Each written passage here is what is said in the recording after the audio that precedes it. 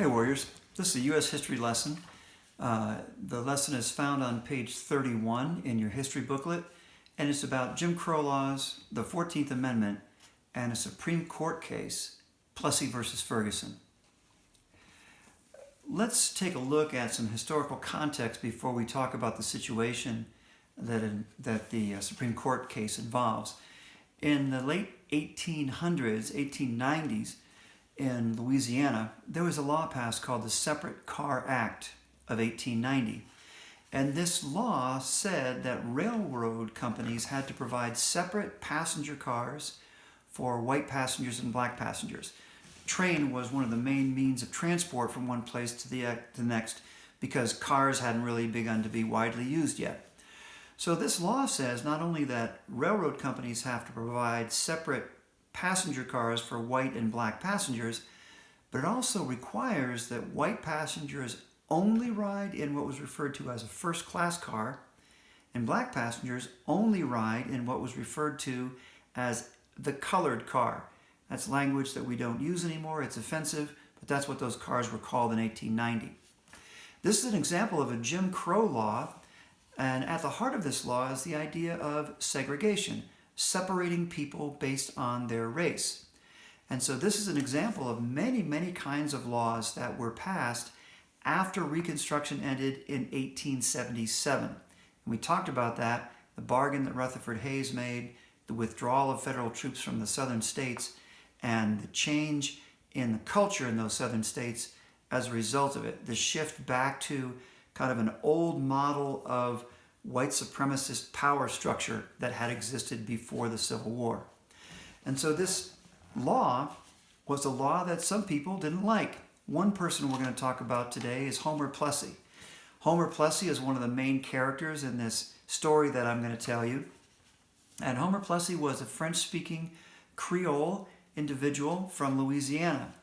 You know that Creole people and the Creole language is kind of a mixture of many different cultures and influences. English language, Spanish language, French language, African language. And so he was born in the state of Louisiana in 1862 during the middle of the Civil War. And at that point, Louisiana had been liberated by the northern troops, the Northern Army. And so he was born into a situation where he, as a person of color, he was 1/8 black. His great-grandmother was from Africa. He and his family were referred to as free people of color. And he enjoyed a great deal of freedom. He grew up being able to go to school in an integrated community where black students and white students learned together. He grew up being able to ride on whatever train car he wanted to ride on. He grew up in an environment within which he would have been free to marry any woman he chose to, whether she was white or black. But over the course of time, when he was 15 years old in 1877, Reconstruction comes to an end very abruptly. And these Jim Crow laws begin to be put into place. The Jim Crow era is ushered in. And now, 13 years later, he's 28 years old in 1890 when the state of Louisiana tells him he can't ride in a train car with white people because he's 1/8 black. Southern culture and society called him an octoroon, 1/8 black. So Homer Plessy had joined together. He was a political and civil rights activist, and he had joined together with a group of people called the Committee of Citizens. And they, together with the railroad company, had conspired together. They had put together a plan to challenge this law because they didn't like it. You might wonder, why didn't the railroad company like this law? Well, the railroad company, because of this law, had to buy and maintain and keep in good repair more train cars and more trains than they would have had to otherwise, because now they had to have separate cars for white passengers and black passengers, whereas before, everybody could ride in the same car together. And it was more expensive for the railroad company to operate under the new law than it had been before. So they all agreed that Homer Plessy was going to go buy a ticket and get on a first-class car. The white passenger cars were called first-class cars. And so he went to buy a ticket. This is a picture of Homer Plessy. As I said, he was 1/8 black and 7/8 white. And looking at him, you might say, yeah, that guy kind of looks like a white guy. And the fact is, Homer Plessy could have moved around and gone through his daily activities and been passable for a white person. And yet he identified with the community of color and was active in trying to ensure the rights of communities of color in his society. So he goes to the first class ticket window, buys a ticket, gets on the first class train car, which he was not allowed to do, because even 1/8 black society at that time in the South said, if you're a little bit black, you're all black as far as we're concerned. You're going to be treated like a black person. And so he gets on the white first class car. The train begins to move. The conductor comes through the car asking people if he can see their tickets to make sure they paid. He asks Homer Plessy, are you white or black? And Homer Plessy says, I'm 1/8 black. The conductor stops the train, calls the cops, and they pull him off the train and take him to jail for violating the Separate Car Act of 1890. This is what Homer Plessy and the Committee of Citizens and even the railroad company had planned that would happen. So he gets out of jail. The Committee of Citizens pays $500 bond to get him out of jail until he goes to trial. He goes to trial, and Judge John Ferguson, the next player in this drama, is the judge in the New Orleans court that he has to appear before. And long story short, Judge Ferguson says, you know what, I think you broke the law, you have to pay the fine. The state of Louisiana has a perfect right to make a law that requires white people and black people to ride in separate train cars. I see no problem with it. So Homer Plessy and the Committee of Citizens appeal the decision. They ask a higher court, a more powerful court, to look at the case to see if they'll decide it differently. They ask the Louisiana Supreme Court to look at it. The Louisiana Supreme Court comes back with the same decision. We think there's no problem with the law. The state of Louisiana has every right to require white people and black people to ride in different train cars. Homer Plessy broke that law in 1892. In 1896, the Supreme Court, because Homer Plessy and the Committee of Citizens had appealed to the Supreme Court to look at the case, in 1896, the Supreme Court decides that they'll look at the case. And they have to decide if this Separate Car Act of 1890 agrees with the Constitution or not. Their job is to find out if the Separate Car Act of 1890 violates the 14th Amendment and the Equal Protection Clause. All citizens have equal protection under the laws. Okay? And so the Supreme Court has the power, if they want to get rid of this law, to say it's unconstitutional, it doesn't agree with the Constitution, and you can't have a law like this. Well, there are 9 Supreme Court justices. They look at the case, they take a vote. One of the justices doesn't vote at all. 7 of the justices agree together that there's nothing wrong with the law, that there's no reason in the Constitution or the 14th Amendment why the state of Louisiana shouldn't be able to make a law requiring white passengers and black passengers to ride in different cars.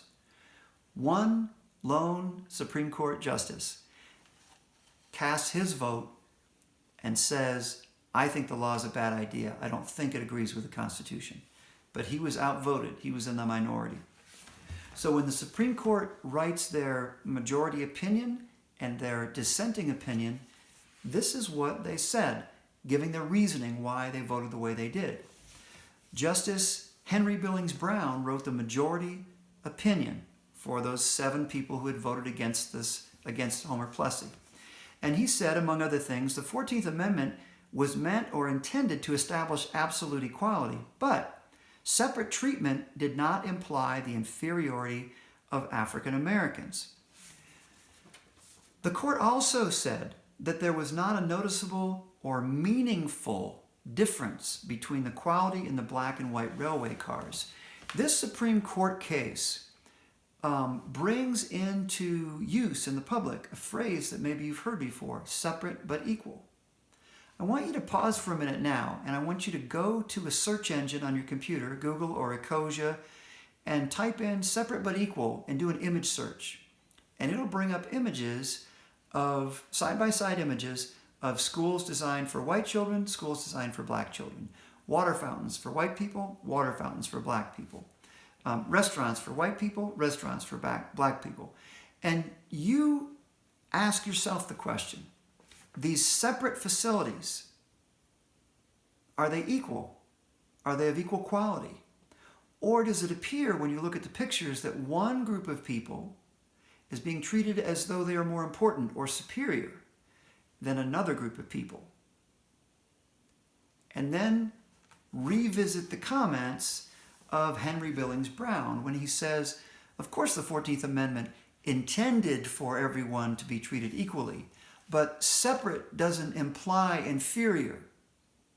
See what the pictures tell you, because those are real pictures from real American society. This is what this doctrine or this idea of separate but equal turned into.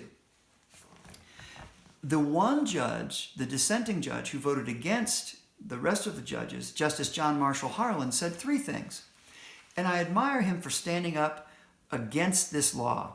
But the things that he said may have been a little naive. First of all, he says the Constitution was colorblind.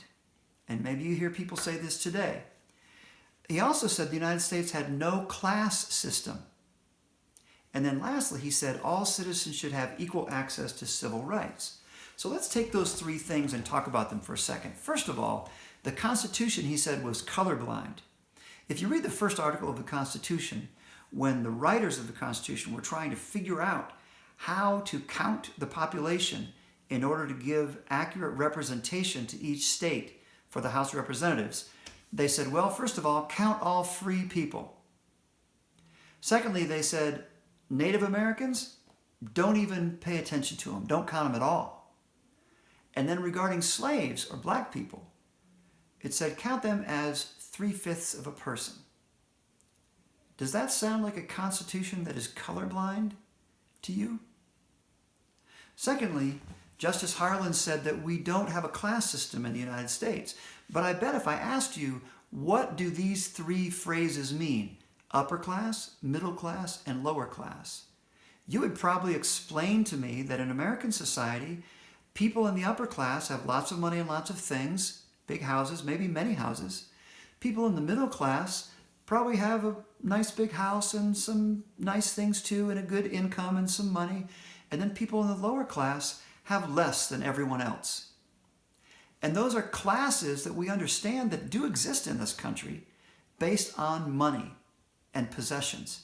And those classes, upper, middle, and lower class, have existed in this country since the day it began, even before it began. And then lastly, Justice Harlan says that everyone should have equal access to civil rights. But when we talked about the 13th, 14th, and 15th Amendment, remember in class we talked about civil rights as compared to political rights, as compared to social rights. And he's kind of seeming to be unaware that people had separated those rights from one another by category in order to be able to say, yeah, we have to give you civil rights, but we don't have to give you social rights. And this case, isn't it, about social rights? About a person of color and their right to ride on a train car to be in a mixed social setting with white people. And so, while I think Justice Harlan tried to do a good thing and I admire him for taking the stand he did, I think that his viewpoints were ineffective and a little bit naive. On the back of this page, I want you to write down 4 or 5 sentences, 50 words, explaining to me your understanding of the doctrine or the belief separate but equal. And what is the impact of separate but equal then and now? I'll see you in the next video.